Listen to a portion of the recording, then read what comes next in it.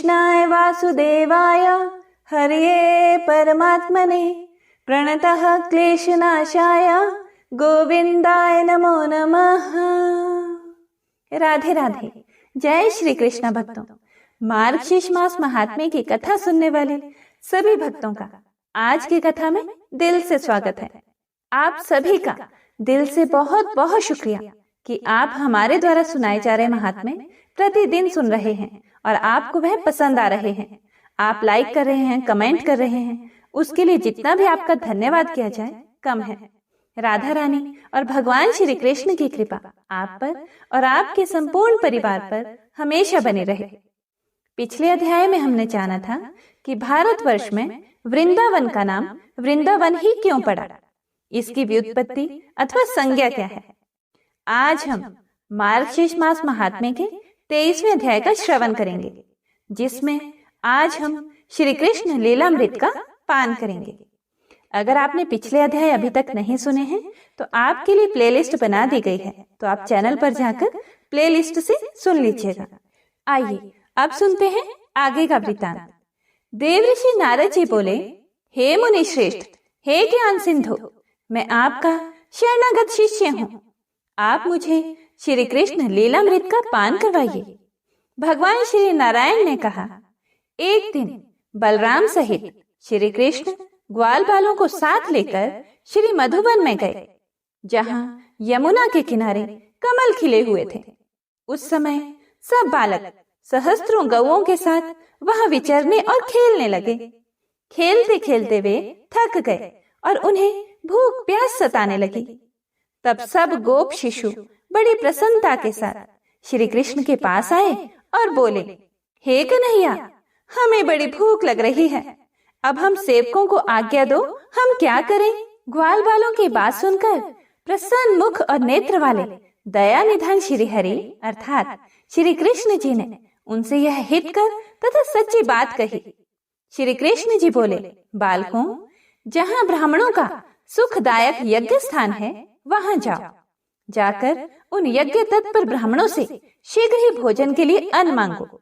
वे सभी आंगी रस गोत्र वाले ब्राह्मण हैं और श्रीवन के निकट अपने आश्रम में यज्ञ करते हैं। उन्होंने श्रुतियों और स्मृतियों का विशेष ज्ञान प्राप्त किया है।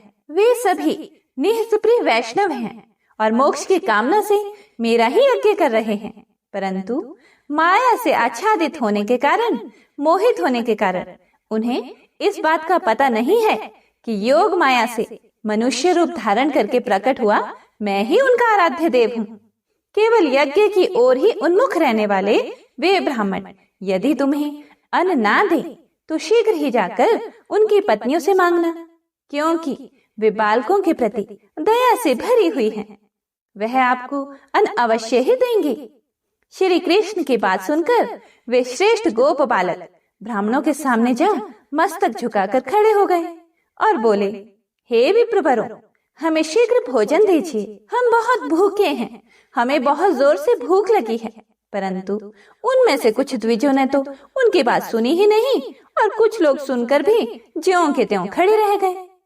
तब वे पाकशाला में गए, अर्थात जहाँ पर भोजन बनता था रसोई घर में गए, जहाँ ब्राह्मणियां भोजन बना रही थी। उन बालकों ने ब्राह्मण पत्नियों को सिर झुकाकर प्रणाम किया, क्योंकि श्री कृष्ण की ऐसी ही आज्ञा थी कि जब ब्राह्मण भोजन देने के लिए मना करें तो तुमने उनकी पत्नियों के पास जाकर भोजन मांगना है। इसीलिए तब प्रणाम करके वे सब बालक उन पतिव्रता ब्राह्मणियों से बोले, हे माताओं, हम सब बालक भूख से पीड़ित हैं, हमें भोजन दीजिए। उन बालकों की बात सुनकर और उनकी मनोहर आकृति देखकर उन सती साध्वी ब्राह्मणियों ने मुस्कुराते हुए मुखार विंद से आदर पूर्वक पूछा। ब्राह्मण पत्नियां बोली, समझदार बालकों, तुम कौन हो, यहाँ तुम्हें किसने भेजा है और तुम्हारे नाम क्या क्या है? हम तुम्हें व्यंजन सहित अनेक प्रकार का श्रेष्ठ भोजन प्रदान करेंगे। ब्राह्मणियों की बात सुनकर वे सभी स्निग्ध एवं हष्ट पुष्ट गोप बालक प्रसन्नता पूर्वक हंसते हुए बोले। बालकों ने कहा, हे माताओं, हमें बलराम और श्री कृष्ण ने भेजा है। हम लोग भूख से बहुत पीड़ित हैं, बहुत जोर से भूख लग रही है, हमें भोजन दे दो।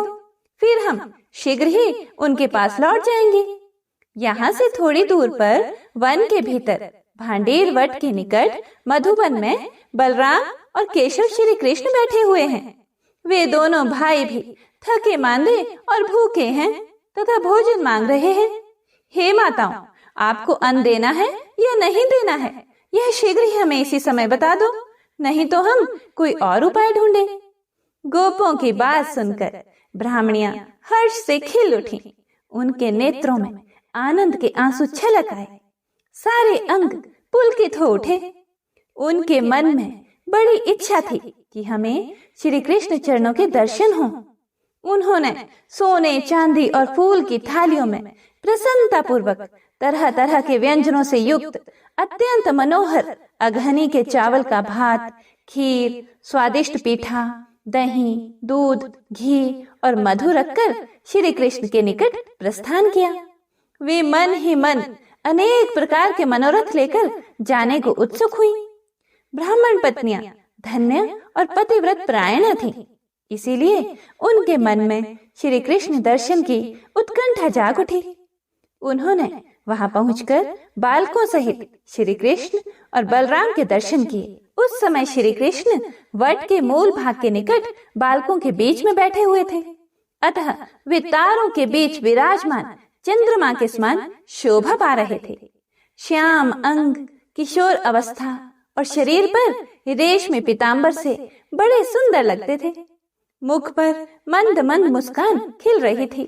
शांत स्वरूप राधाकांत बड़े मनोहर प्रतीत होते थे। उनका मुख शरत काल की पूर्णिमा के चंद्रमा को लज्जित कर रहा था। वे रतनमय अलंकारों से विभूषित थे तथा रतन निर्मित 2 कुंडलों से उनके गंडस्थल की बड़ी शोभा हो रही थी। हाथों में रतनमय केयूर और कंगन तथा पैरों में रतन निर्मित नुपुर उनके आभूषण थे। उन्होंने गले में घुटनों तक लंबी शुभ्र रत्नमाला धारण कर रखी थी।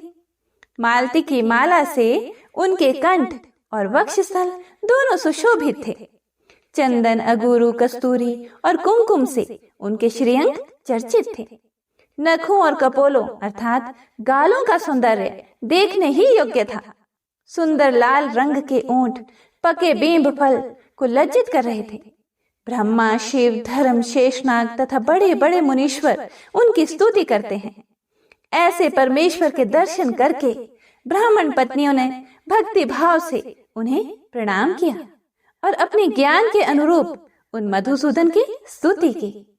विप्र पत्नियां बोली, हे भगवान, आप स्वयं ही पर ब्रह्मा, परम धाम, निरीह, अहंकार रहित, निर्गुण, निराकार तथा सगुण साकार हैं। आप ही सबके साक्षी, निर्लेप एवं आकार सहित परमात्मा हैं। आप ही प्रकृति पुरुष तथा उन दोनों के परम कारण हैं। सृष्टि, पालन और संहार के विषय में नियुक्त जो ब्रह्मा, विष्णु और शिव ये 3 देवता कहे गए हैं, वे भी आपके ही सर्व बीज में अंश हैं। वेद में आपको अनिवर्चनीय कहा गया है, फिर कौन आपकी स्तुति करने में समर्थ है? फिर दूसरे कौन विद्वान आपकी स्तुति कर सकते हैं? हे परमेश्वर, हम स्त्रियां आपकी क्या स्तुति कर सकती हैं? हे प्रभु, हम पर प्रसन्न होइए। हे दीन बंधो, कृपा कीजिए। ऐसा कहकर सब ब्राह्मण पत्नियां उनके चरणार विंदों में पड़ गई, उनके चरणों में गिर गई। तब श्री कृष्ण ने प्रसन्न मुख एवं नेत्रों से उन सबको अभय दान दिया। जो भी पूजा काल में विप्र पत्नियों द्वारा किए गए इस स्तोत्र का पाठ करता है, वह ब्राह्मण पत्नियों को मिली हुई गति को प्राप्त कर लेता है। इसमें कोई भी संशय नहीं है। भगवान श्री नारायण कहते हैं, हे नारद, उन ब्राह्मण पत्नियों को अपने चरणार विंदों में पड़ी देख श्री मधुसूदन ने कहा, हे देवियों, वर मांगो, तुम्हारा कल्याण होगा। श्री कृष्ण की यह बात सुनकर विप्र पत्नियों को बड़ी प्रसन्नता हुई। श्रद्धा से उनका मस्तक झुक गया और वे भक्ति भाव से इस प्रकार बोली। द्विज पत्नियों ने कहा, हे श्री कृष्ण, हम आपसे वर नहीं लेंगी। हमारी अभिलाषा यह है कि आपके चरण कमलों की सेवा प्राप्त हो। अतः आप हमें अपना दास्य भाव तथा परम दुर्लभ सुदृढ़ भक्ति प्रदान करें। हे केशव, हम प्रति क्षण आपके मुखारविंद को देखते रहें, यही कृपा कीजिए। हे प्रभु, अब हम पुनः घर को नहीं जाएंगी। द्विज पत्नियों की यह बात सुनकर करुणा निधान त्रिलोकीनाथ श्री कृष्ण ने बहुत अच्छा कहकर उनकी प्रार्थना स्वीकार कर ली। ऐसा कहकर फिर श्री कृष्ण बालकों की मंडली में बैठ गए। उसके बाद ब्राह्मण पत्नियों ने उन्हें सुधा के समान मधुर अन्न प्रदान किया, जो भोजन वो अपने साथ लेकर आई थी। भगवान ने उस अन्न को लेकर गोप बालकों को भोजन करवाया और स्वयं भी भोजन किया। इसी समय ब्राह्मण पत्नियों ने देखा कि आकाश से एक सोने का बना हुआ श्रेष्ठ विमान उतर रहा है। उसमें रत्नमय दर्पण लगे हुए हैं। उसके सभी उपकरण रत्नों के सार तत्व से बने हुए हैं। वह रत्नों के ही खंभों से आबद्ध है तथा उत्तम रत्नमय कलशों से वह और भी उज्जवल जान पड़ता है। उसमें श्वेत चमर लगे हुए हैं। अग्नि शुद्ध दिव्य वस्त्र उसकी शोभा बढ़ाते हैं। उस विमान को पारिजात के फूलों की मालाओं के जाल से सजाया गया है। उसमें 100 पहिए हैं। मन के समान वेग से चलने वाला वह विमान बड़ा मनोहर है। वनमाला से विभूषित दिव्य पार्षद ने पीतांबर पहन रखा है। वे रत्नमय अलंकारों से अलंकृत, नूतन यौवन से संपन्न, श्याम कांति वाले, परम मनोहर, 2 भुजाओं से युक्त तथा गोप वेशधारी थे। उनके हाथों में मुरली थी और उन्होंने मोर पंख और गुंजा की माला से आबद्ध टेढ़े मुकुट धारण कर रखे थे। वे रथ से तुरंत ही उतरकर श्री हरि के चरणों में प्रणाम करके ब्राह्मण पत्नियों से बोले, आप लोग इस विमान में चढ़ जाए। ब्राह्मण पत्नियां श्री हरि को नमस्कार करके मनोवांछित गोलोक में जा पहुंची। वे मानव देह का त्याग करके तत्काल दिव्य गोपी हो गई। तत्पश्चात श्री हरि ने वैष्णवी माया के द्वारा उनकी छाया का निर्माण करके स्वयं ही उन्हें ब्राह्मणों के घरों में भेज दिया। ब्राह्मण लोग अपनी पत्नियों के लिए मन ही मन बहुत उद्विग्न थे और सब और उनकी खोज कर रहे थे। इसी समय रास्ते में उन्हें अपनी पत्नियां दिखाई दी। उन्हें देखकर सब ब्राह्मणों के मुख और नेत्र प्रसन्नता से खिल उठे। संपूर्ण अंग पुलकित हो गए और वे विनय पूर्वक उनसे बोले। ब्राह्मणों ने कहा, अहो, तुम सब लोग परम धन्य हो, क्योंकि तुमने साक्षात परमेश्वर के दर्शन किए हैं। हमारा जीवन व्यर्थ है। हम लोगों का वेद पाठ भी निरर्थक है। वेद और पुराण में सर्वत्र विद्वानों द्वारा श्री हरि की ही समस्त विभूतियों का वर्णन किया गया है। सबके जनक श्री हरि ही हैं। जप, तप, व्रत, ज्ञान, वेदाध्ययन, पूजन, तीर्थ स्थान और उपवास सबके फलदाता श्री कृष्ण ही हैं। जिसने श्री कृष्ण की सेवा कर ली, उसे तपस्याओं के फलों से क्या प्रयोजन है। जिसे कल्प वृक्ष की प्राप्ति हो गई, वह दूसरे किसी वृक्ष को लेकर क्या करेगा। जिसके हृदय में श्री कृष्ण विराजमान है, उसे यज्ञ आदि कर्मों के अनुष्ठान की क्या आवश्यकता है। जिसने समुद्र को पी लिया, उसके लिए कुआं लांघने में क्या पुरुषार्थ है। ऐसा कहकर ब्राह्मण लोग उन श्रेष्ठ कामनियों को साथ ले हर्ष पूर्वक अपने घर को लौटे और उनके साथ आनंद पूर्वक रहने लगे। उन सब का क्रीड़ा में तथा अन्य सब कर्मों में पहले वाली स्त्रियों की अपेक्षा अधिक प्रेम तथा उदार भाव प्रकट होता था, परंतु माया शक्ति से प्रभावित होने के कारण ब्राह्मण लोग उसका अनुमान नहीं कर पाते थे। और उधर सनातन पूर्ण ब्रह्म नारायण स्वरूप श्री कृष्ण, बलराम तथा ग्वाल बालों के साथ शीघ्र ही अपने घर को चले गए। इस प्रकार मैंने श्री हरि का संपूर्ण उत्तम महात्म्य कह सुनाया। इसे मैंने पूर्व काल में अपने पिता धर्म के मुख से सुना था। नारद, अब तुम और क्या सुनना चाहते हो? फिर नारद जी ने पूछा, ऋषेंद्र, किस पुण्य के प्रभाव से उन ब्राह्मण पत्नियों को ऐसी गति प्राप्त हुई, जो बड़े बड़े मुनीश्वरों तथा योग सिद्ध पुरुषों के लिए भी दुर्लभ है? ब्राह्मणों को वह गति क्यों प्राप्त नहीं हुई? पूर्व काल में ये पुण्यवती स्त्रियां कौन थी और किस दोष से इस भूतल पर आई थी? मेरे इस संदेह का निवारण करने वाली बात कहिए। भगवान श्री नारायण बोले, नारद, ये देवियां सप्त ऋषियों की सुंदर रूप गुण संपन्ना पतिव्रता पत्नियां थीं। एक बार अनल देव ने इनका अंग स्पर्श कर लिया। इससे सप्त ऋषियों में अंगीरा को बड़ा क्षोभ हुआ और उन्होंने अग्नि को सर्वभक्ष्य होने का तथा इन पत्नियों को मानुषी योनि में जाने का शाप दे दिया। ये सब रोती हुई बोली, हम लोग निर्दोष हैं, पतिव्रता हैं, हमारा त्याग ना करो, आप हम डरी हुई अबलाओं को अभय प्रदान करें। इनके करुण क्रंदन से मुनि को दया आ गई और वे भी दुखी हो गए। अंत में उन्होंने कहा कि तुम्हें मानुषी योनि में जाना तो होगा, परंतु तुम्हें वहां साक्षात भगवान श्री कृष्ण के दर्शन प्राप्त होंगे। उनके दर्शन होते ही तुम गोलोक में चली जाओगी। फिर श्री हरि अपनी योग माया से तुम लोगों की छाया मूर्ति का निर्माण करेंगे। वे तुम्हारी छाया मूर्तियां कुछ समय तक उन ब्राह्मणों के घरों में रहकर फिर हमारे यहाँ लौट आएंगी। इस प्रकार तुम अपने छायांश से पुनः हमारी पत्नियां हो जाओगी। अतएव यह मेरा शाप तुम्हारे लिए वरदान से भी बढ़कर है। ऐसा कहकर वे मुनि चुप हो गए। उनके मन में इसके लिए बड़ा दुख था।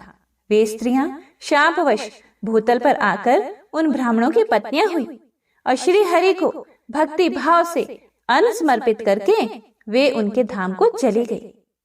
निश्चय ही उनका शाप उनके लिए श्रेष्ठ संपत्ति से भी अधिक महत्वशाली हुआ। नीच पुरुष से मिली हुई संपत्ति भी निंदनीय है, किंतु महात्मा पुरुष से प्राप्त हुई विपत्ति भी श्रेष्ठ है। अहो, साधु पुरुषों का कोप तत्काल ही उपकार में बदल जाता है। विपत्ति के बिना भूतल पर किसी की महिमा कैसे प्रकट हो सकती है। पतियों के परित्याग से भूमि पर उत्पन्न हुई ब्राह्मण पत्नियां श्री हरि के दर्शन से सदा के लिए भव बंधन से मुक्त हो गई। इस प्रकार मैंने श्री हरि के इस उत्तम चरित्र को पूर्ण रूपे कह सुनाया। उन पुण्यवती ब्राह्मणियों के मोक्ष की यह मनोरम कथा अद्भुत है।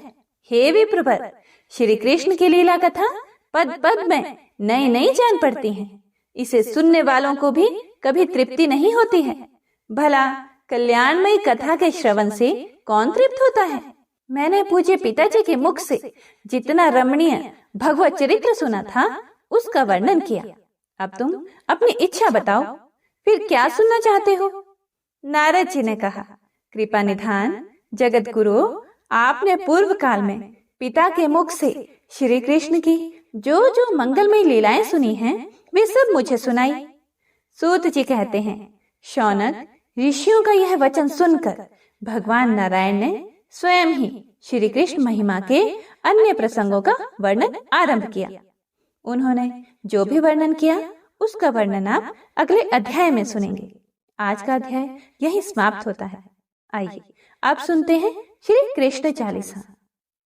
बंशी शोभित कर मधुर, नील जलद तन श्याम, अरुण अधर जनु बिंब फल, नयन कमल अभिराम, पूर्ण इंद्र अरविंद मुख, पीतांबर शुभ साज, जय मन मोहन मदन छवि, कृष्ण चंद्र महाराज।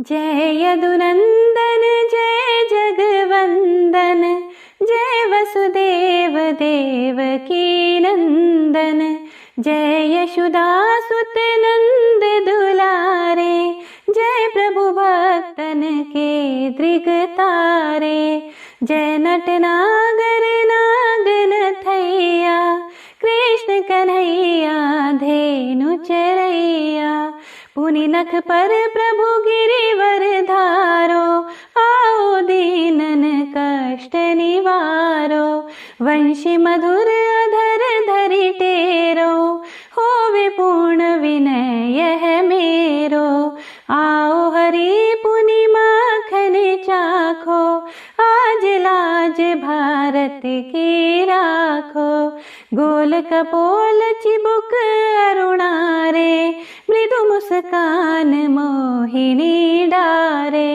राजित राजीव नयन विशाला, मोर मुकुट वैजंती माला।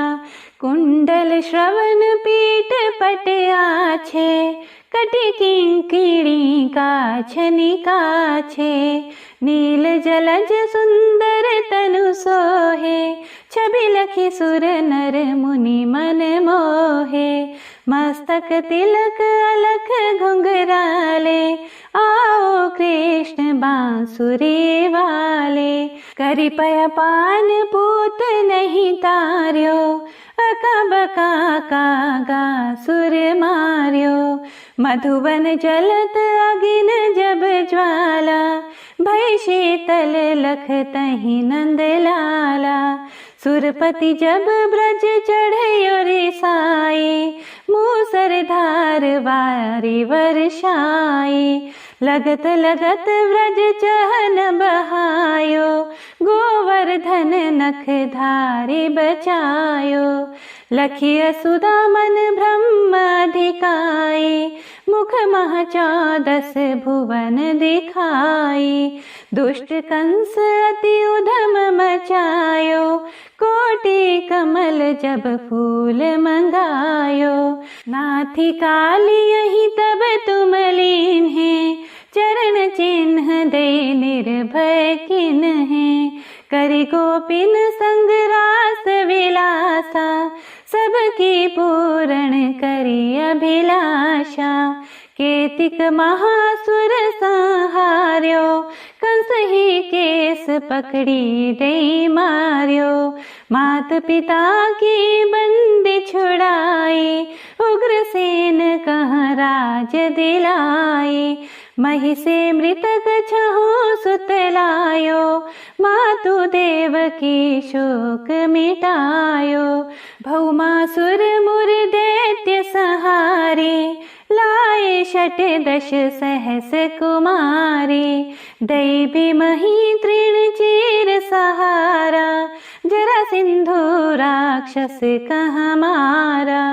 असुर बकासुर आदिक मार्यो, भक्तन के तब कष्ट निवार्यो। दीन सुदामा के दुख टार्यो, तंदुल 3 मूठ मुख डार्यो। प्रेम के साग विदुर घर मांगे, दुर्योधन के मेवा त्यागे। लखी प्रेम की महिमा भारी, ऐसे श्याम दीन हितकारी।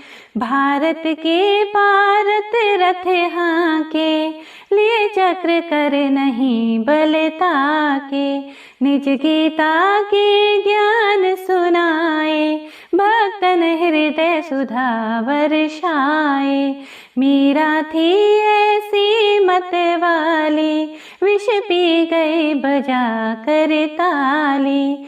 राणा भेजा सांप पिटारी, शालिग्राम बने बनवारी। निजी माया तुम विधि ही दिखाओ, उड़ते संशय सकल मिटाओ। तब शत निंदा करी तत्काला, जीवन मुक्त भयो शिशुपाला। जब ही द्रौपदी टेर लगाए, दीनानाथ लाज अब जाए। तुरही वसन बने नंद लाला, बढ़े चीर भई अरि मुह काला। असनाथ के नाथ कन्हैया, डूबत भंवर बचावत नैया। सुंदर दास आस उरधारी, दया दृष्टि कीजे बनवारी। नाथ सकल मम कुमति निवारो, क्षमहु बेगी अपराध हमारे। खोलो पट अब दर्शन दीजे, बोलो कृष्ण कन्हैया की जय। बोलो कृष्ण कन्हैया की जय। बोलो कृष्ण कन्हैया की जय। यह चालीसा कृष्ण का पाठ करे उरधारी, अष्ट सिद्धि नवनिधि फल लही, पदारथ चारी। बोलिए श्री कृष्ण भगवान की जय, राधा रानी की जय, सर्व देवी देवताओं की जय। उम्मीद करती हूँ आज की यह वीडियो आपको अच्छी लगी होगी। अच्छी लगी हो तो लाइक जरूर कीजिएगा और कमेंट भी कीजिएगा। अगर आप नए हैं चैनल पर तो चैनल को सब्सक्राइब जरूर कीजिएगा। मिलते हैं अगली वीडियो में, तब तक के लिए राधे राधे। आपका मंगल हो।